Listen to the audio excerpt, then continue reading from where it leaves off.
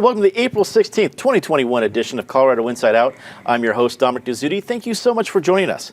Let's get to it. Colorado is seeing an uptick in coronavirus cases, although not nearly as rapidly as the rise in numbers last fall. The numbers remain low enough that most Colorado counties are ending mask mandates since the Colorado Department of Health is removing the dial system for counties to follow. Denver Mayor Michael Hancock announced this week that the city of Denver is lifting outdoor mask mandates and will be moving indoor settings to level blue, meaning many businesses will be able to operate at 100% capacity as long as they are able to maintain social distancing requirements. Patty Calhoun from Westward, it's that last part I'm most interested in that feels like the catch. For maybe a really big restaurant, 6 feet may not be that big of a deal, but for the smaller ones, it doesn't necessarily increase capacity. We're at this tipping point. How do you think Colorado's doing it? Well, I just flew in from Arizona, and I can tell you that Tucson is a little wild right now. People are really getting out and about, whether it's because they feel like they're okay, they're invincible because of the vaccinations, or after a year they just can't stand it any longer. But you do see it breaking the dam pretty quickly. Restaurants have made it a year. They are so eager to get people back in, but very few restaurants can go to 100% capacity and keep that 6-foot distance. There are almost very few I can think of. And for small restaurants where every table is going to make a difference, it is still really, really tough. And that's not going to change. I think Denver's going to still be pretty hard on it for the next 30 days till they see how the numbers go, because the numbers are not good. That's partly because fewer people are getting tested, so the odds of people who are getting tested having COVID are higher. That's the one optimistic way of looking at it, but it's going to be a fight to the finish. Will people get vaccinated fast enough to offset the rise in COVID cases? And I think in some counties, especially some of the mountain counties with all the ski tourists, it's going to be really tough for them. I think out in the rural areas where the numbers are down, they really need to be able to get back to whatever business they have. David Kopel from the Independence Institute and DU Law School. David, before the show we were talking about who's able to call the shots now. It seems like the state health department is at the very least in pulling the dial system.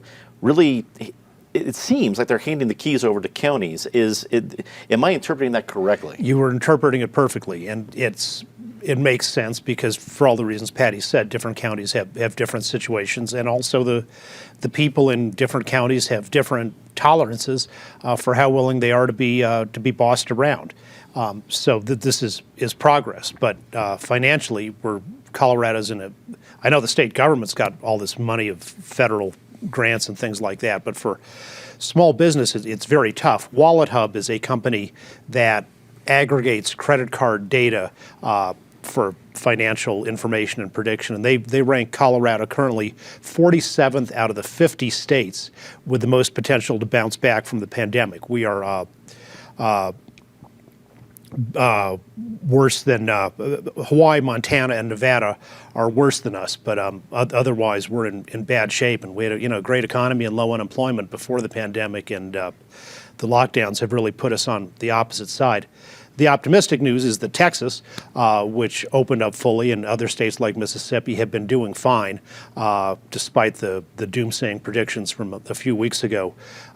The pulling of the Johnson & Johnson vaccine is catastrophic, not because Johnson & Johnson was the main one that was used, but it will reinforce what's called vaccine reluctance. And there's just a lot of people who are skeptical about government performance and don't want the vaccine, and that's going to make it hard to get things to really get to herd immunity. Join us remotely, Natasha Gardner, freelance journalist, also the author of the Denver Letter, a great regular newsletter that you're putting out, Natasha. We're seeing a lot of different changes here. This is kind of that flux situation we're in where some cases are going up. Let's be careful, but it's springtime. Today's weather notwithstanding, people really want to get outside. It's going to be nice soon. So what do you think of how the policies are laying out? Is Colorado doing it the right way? Well, it's a constantly changing situation. As you mentioned, vaccines and J&J. I mean, that's changed the timeline a bit. When we were optimistic about opening up vaccines to everyone in the state, there was sort of a sense that it would be 6 weeks or more for some people until they were fully vaccinated. But losing the J&J in our sort of toolkit, that changes the timeline for many people. So that raises questions about how our restaurants going to be open more fully if we are still waiting for those people to sort of cross that finish line. And it's a waiting game. I keep on using the analogy with my son of a marathon, and that we are in the final miles of that marathon, hopefully, and those are the hardest ones to run, but it's important to still keep putting one foot in front of the other. I, for one, am going to be happy when we don't have to see the dial as frequently anymore. From day one, it has reminded me of that spinning wheel in the Game of Life game board, not in a good way, perhaps too many analogies there. So as we're seeing those adjustments, I'll be happy not to have to follow that as much.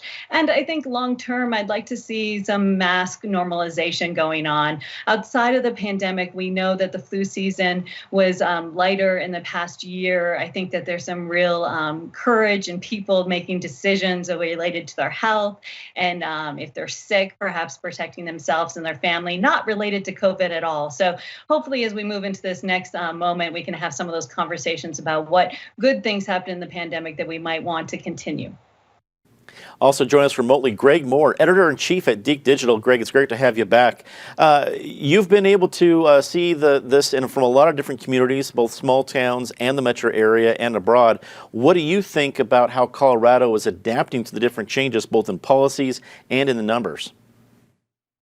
Well, first, what I would say is I would cast a wary eye, toward Michigan, where Michigan's under a lot of pressure to sort of shut down their economy because the helter-skelter way that they were opening things up has led to increased hospitalizations. I mean, we're almost at the finish line. We can see the light at the end of the tunnel. And I really would love to see, the leaders in the state of Colorado exhibit a little bit more patience, a little bit more staying power, rather than have, this hodgepodge of, regulations. And what I think is happening is it's going to confuse people. Like, if you're in Larimer County, doesn't mean that you don't have to wear a mask outside, or, it's sowing a lot of confusion. And this is not a time for us to take our foot off the pedal. I would love to see us sort of just hanging in there just a little bit more. How do I think we're doing? I think we're doing about as well as we can do, given the pressure that state officials are feeling to open up this economy, to keep as many businesses alive as possible, to acknowledge, COVID fatigue. But, if we could just stay the course a little bit longer, if we can just get a few more people inoculated, we may have that herd immunity where we won't have to worry about the possibility of a fourth wave and having to close down our economy. It appears unemployment fraud has been even more concerning than originally figured. State unemployment administrators recently updated the estimated amount of fraudulent unemployment filings to total around between $20 and $30 million, a significant increase from the original estimate of $6.5 million. David, we start with you on this one. If I thought there was already a problem and then it came back and said it's 5 times worse than what I thought it was, I would expect a lot of red flags and headlines and sirens going off. I don't know if we're seeing that with this, but maybe I'm wrong. What do you think?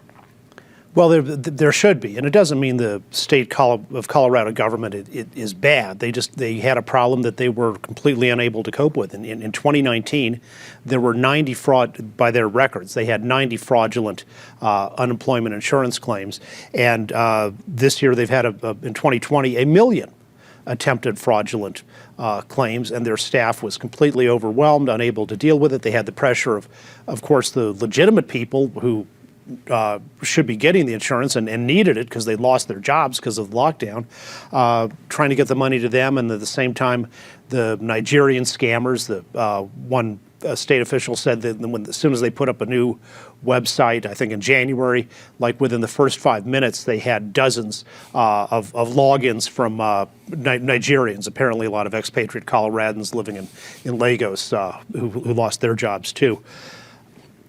And nationally, there's been $63 billion in unemployment insurance fraud in the last year.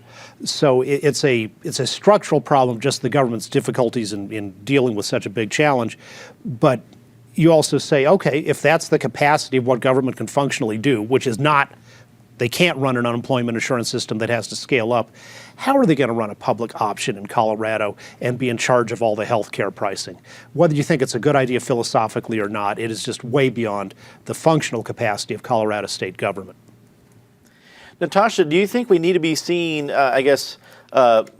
more announcements, more news conferences, something from whether it be Phil Weiser, our Attorney General, Governor Polis, anybody else, at least how we address it? I think people understand how it could have happened, that it was pretty historic of the kind of impact the office had. But now that we know, should more be being done? Yes, potentially. I think that unfortunately we know that in times of crisis, bad operators will take advantage of those situations and perpetuate fraud like we're seeing in this case. It is really important to note, though, that Colorado is not unique. We were not unique in many ways. In fact, there's many states that are dealing with this in much bigger ways than we have. So this problem is not just a problem for Colorado, it's a problem across the country.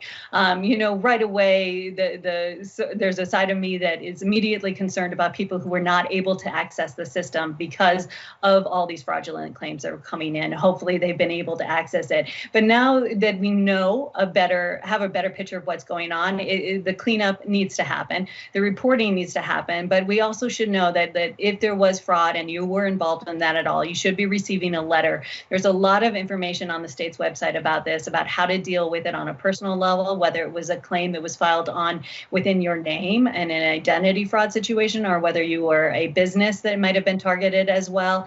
And that sort of information needs to get out almost on a PSA basis so that everyone knows how to take the next steps to correct this. Then on the state level, we also have to look at how we can get any of that money back and then certainly stop it from happening in the future, which they are also making some steps with some ID requirements, identifying yourself as you're applying for those benefits as well. This is going to be a story we hear about for a long time. Greg, should we take it as progress that at least they found out that it's much worse than they thought it was? I don't know that I would necessarily say we should take it as progress. I think there's some real excuse making going on here. This is a really big story.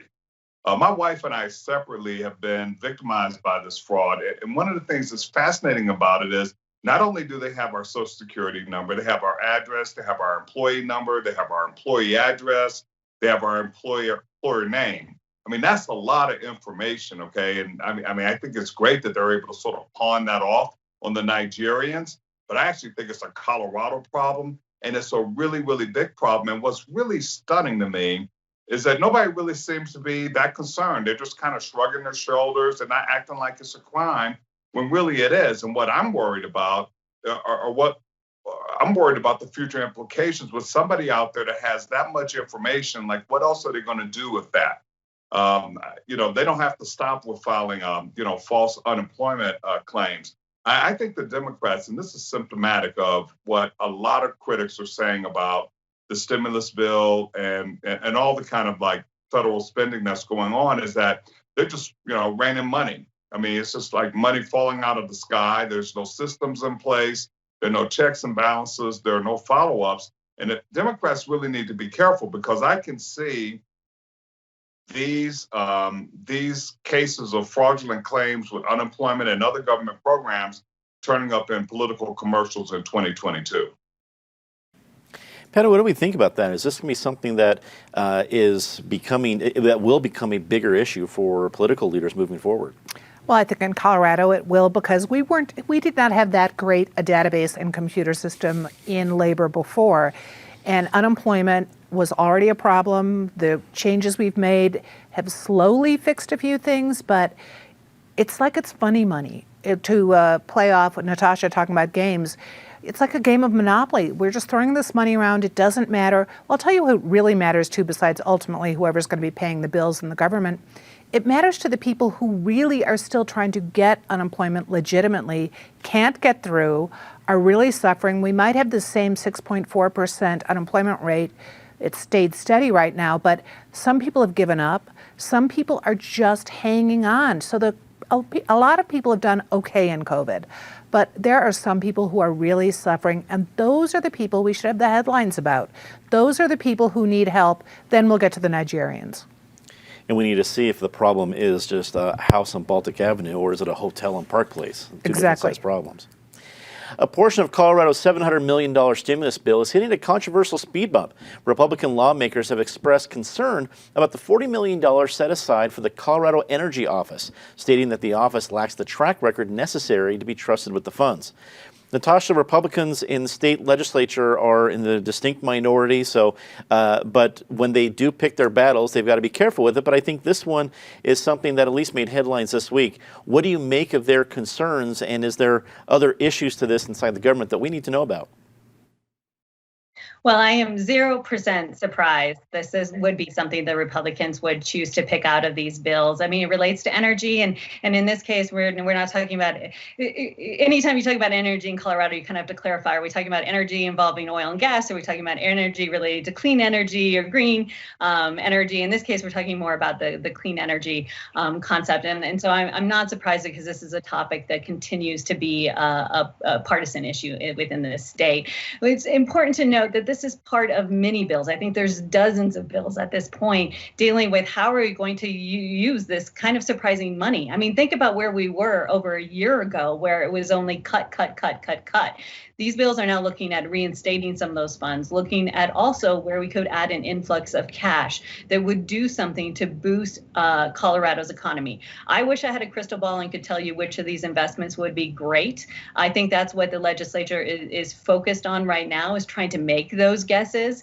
And I think it is appropriate to question it to a point where it's held up, or are these good questions to ask? Those are things that will be discussed within the walls of the Capitol, and certainly, hopefully, in media coverage as well. But I think conversation is always good. And as we saw in our previous discussion about unemployment, more visibility on when things go wrong is important. Greg, as Natasha mentioned, energy has been huge in Colorado for a long time, will continue to be moving forward, and it's certainly hot right now. What do you make of the complaints from Republican lawmakers? Will it make a difference in how the government's handling the Colorado Energy Office? I don't think it's going to make a difference in how the energy office is handled. I think the Democrats are just going to plow through, just like they're trying to do in Washington, D.C. But I do think this fits into my previous comment about how this whole effort is going to be politicized. And I do think the Republicans have a little bit of a playbook. We're not paying a lot of attention to it, but I think they're setting up the dominoes for political campaign commercials and issues in 2022. I think the opposition to how money is going to be spent in the energy office is directly related to the Green Deal in Washington, D.C., and what AOC and the squad and other Democrats are trying to push through. And so showing that they were holding the line at the state level, right, whether they're successful or not, is going to sort of play into the whole narrative about Democratic overreach, not just when it comes to stimulus spending and all that, but energy and everything else, attacking piece by piece the Democratic agenda. So I think this is just setting the stage for the big fight that's coming next year. Patty, as Greg referenced, there's a lot of elements to the Colorado fight on this. It's a rural versus metro. Even earlier this week, we heard about Wyoming passing laws they could sue states like Colorado for our energy choices, things like that. Is this something where lawmakers, should more attention be being paid to Republican lawmakers' complaints about the office? Well, we've had audit issues with that office before, too. So, yes, you want to make sure all government offices are running as smoothly as possible. And if you're going to give them a $40 million bump, that it's running well. But Natasha's right to point to what it means with energy in general. As we look at the economy, as we look at how oil and gas jobs have been lost or the industry's been held back, as we push for the climate change, the greening of the buildings in Denver especially, which is pushing for all sustainable buildings, we're going to get some pushback from businesses, especially small businesses that have been hit extremely hard by the pandemic and now have to retrofit and pay big bills to meet the energy demands. So I think we're going to see a lot, and it will come up in the 2022 election. David, wrap up the topic for us. Where do you think this is headed? It's not a question about putting so much money into green energy subsidies or whatever. If you wanted to do that in a normal way, you put it through the normal appropriations bills, and then the money gets spent by one of the ordinary departments of state government under the standard supervision of the legislature and all the public disclosure requirements that exist. But there's these little entities in the governor's office outside the normal rules of spending operations for state government, that the money goes in and it often becomes a black hole, exempt from the normal public controls on state government operations. The governor's energy office in particular is notorious. You know, back when Roy Romer was governor, he appointed as head of the energy office his campaign manager, because it was between elections, and so he wanted to give B.J. Thornberry a job, and she was also actually, we didn't know it at the time until Patty reported it, she was also his girlfriend. So that's what the governor's energy office is. All of those governor's offices ought to be taken out of the governor's office and put into normal state departments where they can get the standard appropriate supervision. Let's get a quick take on this last one. Bills involving immigration laws in Colorado remain prominent in the state legislature. The state Senate passed more bills revolving around the issue, including one that allows undocumented immigrants to earn professional licenses. Greg, we start our quick take with you. This actually had bipartisan support. Were you surprised to see any bipartisan support around an immigration bill? I was, actually, and I still am.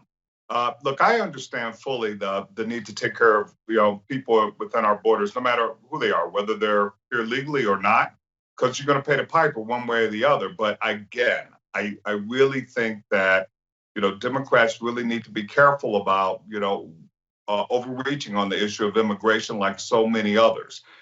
This is still a highly partisan issue, but no, I'm not surprised. I think when you have excess of money the way Colorado does right now from their own savings, from ratcheting things back on COVID to the amount of money that they're getting from the federal government under the stimulus bill. There are a lot of things that they've wanted to do that they can do, and doing some of these things on immigration, I think is one of them.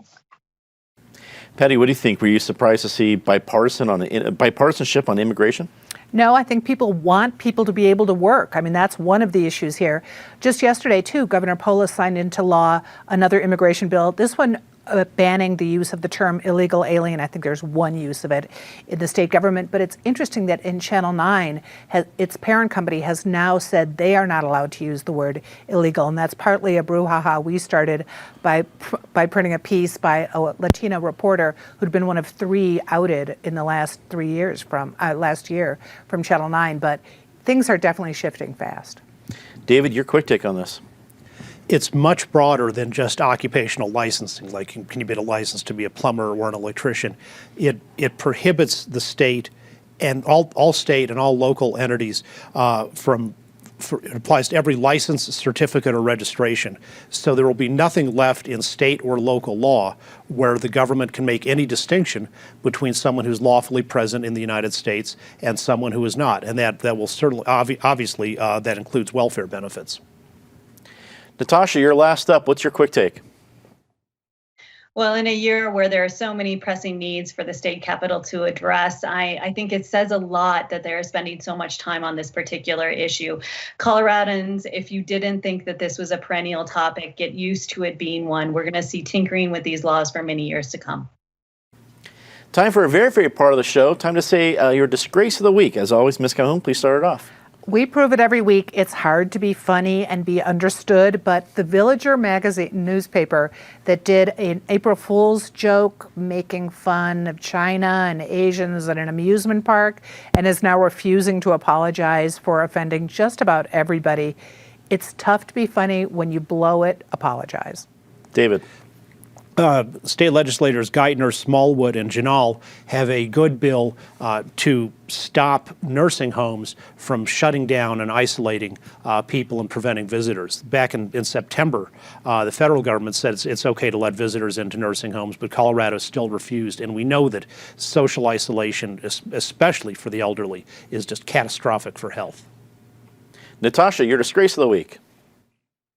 those poor people who received a dose and are now finding out from that one clinic, I believe it was Colorado Springs, that maybe they need to be vaccinated again. I can't imagine emotionally what that's like going through, and I hope that it doesn't encourage people to not get the vaccine. I hope quite the opposite, that people continue to get vaccinated.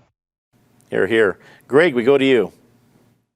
Oh, I'm going to have to give it to State Rep Ron Hanks for his asinine comments about the 3/5 compromise, not impugning anybody's humanity. That's the compromise where 3/5 of the slave population was counted for apportionment in the South to figure out how many seats were given to the South in Congress. I mean, that is just a crazy comment. Time to say something nice about somebody rather quickly. Patty? The move to make Campamachi in southeast Colorado, the former internment park, a national park, it is a stunning place if you've ever been there and seen it and realized what happened to those people during World War II. So go see it and let's hope it goes through. David? The new owners were going to reopen Zadie's Deli, the greatest Jewish food institution maybe in the history of the state of Colorado. Natasha, we go to you for your Say Something Nice. I'm going to join in on that one because we're also hearing about more restaurants and small businesses. The comeback kids, kudos to every small business owner who has survived the last year. I know that plenty of Coloradans are happy to come back and spend their dollars in your businesses. And Greg, we go to you. Okay, I'm going to give it to Mackenzie Scott, Jeff Bezos's ex. She got $50 billion in the divorce from the Amazon founder, and she's been giving it away at a very fast clip, including $20 million to our very own Mile High United Way. Go, Mackenzie. And I want to say something nice about a member of our community that we lost this week. Leroy Schroeder was a pillar in his community as a quiet gentleman making some actual real change in his community. We lost him to a long-time illness, but he made an enormous difference, and it's nice to be able to see his legacy continue with the service he made throughout the western metro area, specifically in Arvada. He will certainly be missed. And I also want to send a quick shout out to all of you, our members of PBS 12. We just recently finished one of our weekend pledge drives, and it was a record breaker for us. And it's another vote of support from all of you. So for all of you that have stepped up as a member supporting shows like Colorado Inside Out, thank you so much. Please know that support is so much appreciated, but it also goes directly into shows about and for your community. So we're putting it right back to where it came from. Thank you for making that happen. For everybody here at PBS 12 and Colorado Inside Out, I'm Dominic Dezzutti. Thank you so much for watching. Good night.